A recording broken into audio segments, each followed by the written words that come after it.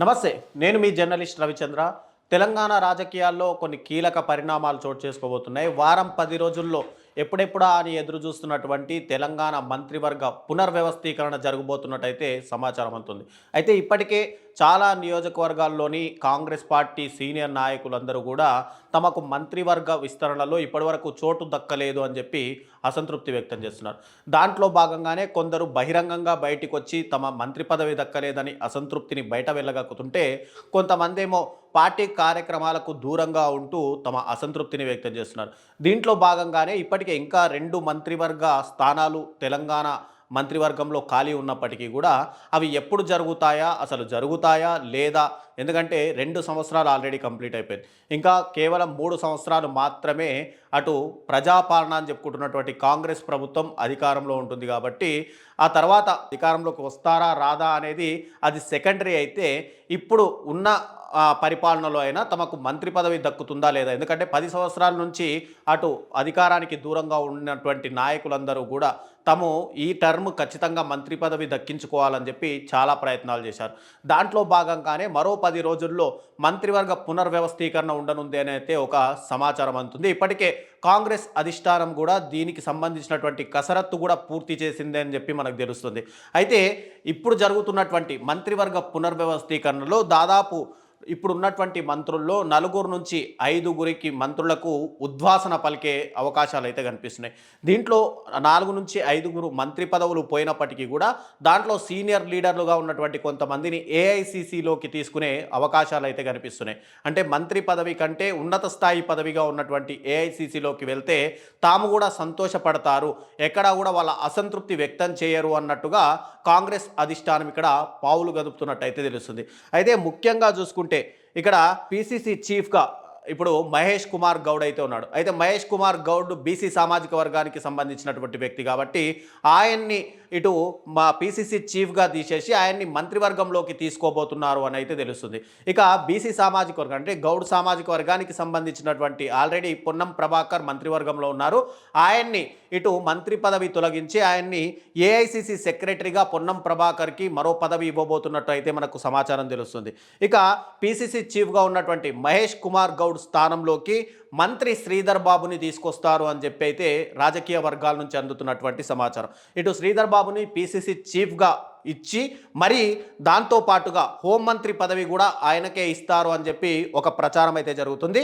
ఇక కోమటిరెడ్డి వెంకటరెడ్డిని తను మంత్రి పదవి నుంచి తొలగించేసి ఆయన్ని కూడా ఏఐసిసిలోకి తీసుకునే అవకాశాలు అయితే స్పష్టంగా కనిపిస్తున్నాయి. అయితే ఇక్కడ పిసిసి చీఫ్గా ఎప్పటి నుంచో తాను ఉండాలి అని కోరుకుంటున్నటువంటి కోమటిరెడ్డి వెంకటరెడ్డి దానికి సంబంధించి ఇప్పటికే ప్రయత్నాలు అయితే చేస్తున్నారు.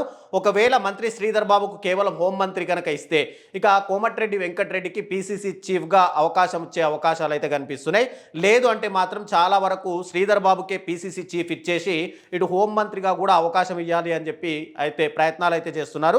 ఇక కోమటిరెడ్డి వెంకటరెడ్డిని ఒకవేళ పిసిసి లేదంటే ఏఐసిసిలోకి తీసుకునే అవకాశాలు అయితే కనిపిస్తున్నాయి. ఇక రాజగోపాల్ రెడ్డికి సంబంధించి కూడా ఆయనకు మంత్రివర్గంలో ఉండే అవకాశాలు ఉన్నాయి. ఎందుకంటే గతంలో కాంగ్రెస్ పార్టీని వ్యతిరేకించి భారతీయ జనతా పార్టీలో చేరినటువంటి రాజగోపాల్ రెడ్డి ఆ తర్వాత మరొకసారి ఎలక్షన్స్ ముందు అటు కాంగ్రెస్ పార్టీలోకి అయితే వచ్చారు.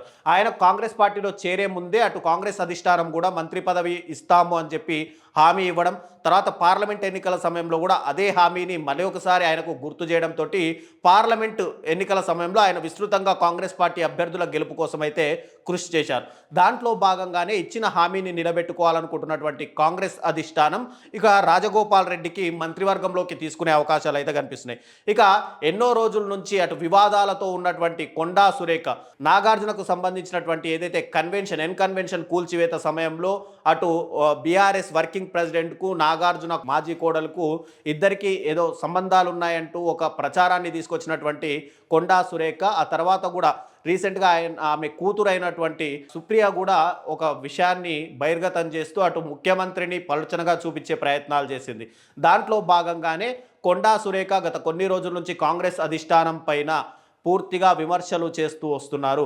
రీసెంట్గా ప్రభుత్వంలో అంటే మేమందరం కలిసిపోయాము అనే ఒక వ్యాఖ్యలు బహిరంగంగా మీడియా సమావేశంలో చెప్పినప్పటికీ కూడా ఆమె పైన కాంగ్రెస్ అధిష్టానానికి ఇటు ముఖ్యమంత్రి రేవంత్ రెడ్డికి కూడా పూర్తిగా వ్యతిరేకత ఉండడంతో కొండా సురేఖని మంత్రి పదవి నుంచి తప్పిస్తారు అని అయితే ప్రచారం జరుగుతుంది. ఆమె ప్లేస్లో ఖచ్చితంగా ఒక మహిళకైతే అవకాశాలు ఉన్నాయి. దాంట్లో మొదటి ప్లేస్లో ఉత్తమ్ కుమార్ రెడ్డి భార్య అయినటువంటి ఉత్తమ్ పద్మావతికి ఛాన్స్ ఉంది. ఉత్తమ్ కుమార్ రెడ్డి ముఖ్యంగా అటు సోనియా గాంధీ కుటుంబంతోనూ రాహుల్ గాంధీతోనూ అత్యంత సన్నిహితంగా ఉంటారు కాబట్టి ఆయన భార్యకు అవకాశం ఇవ్వాలి అని చెప్పి అటు అధిష్టానం కూడా ఆలోచిస్తున్నట్టు తెలుస్తుంది.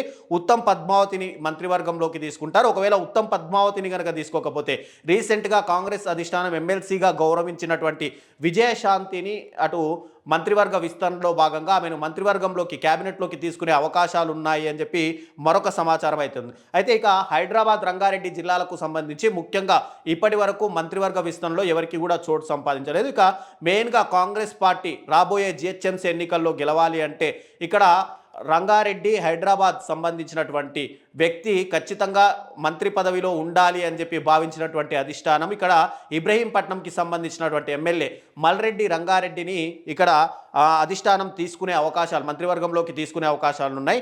ఇక నెక్స్ట్ జూపల్లి కృష్ణారావు కూడా అధిష్టానం గత కొన్ని రోజులుగా ఆయన మీద కూడా అసంతృప్తిగా ఉన్న నేపథ్యంలో జూపల్లి కృష్ణారావు నుంచి మంత్రివర్గం నుంచి తొలగించే అవకాశాలు అయితే కనిపిస్తున్నాయి.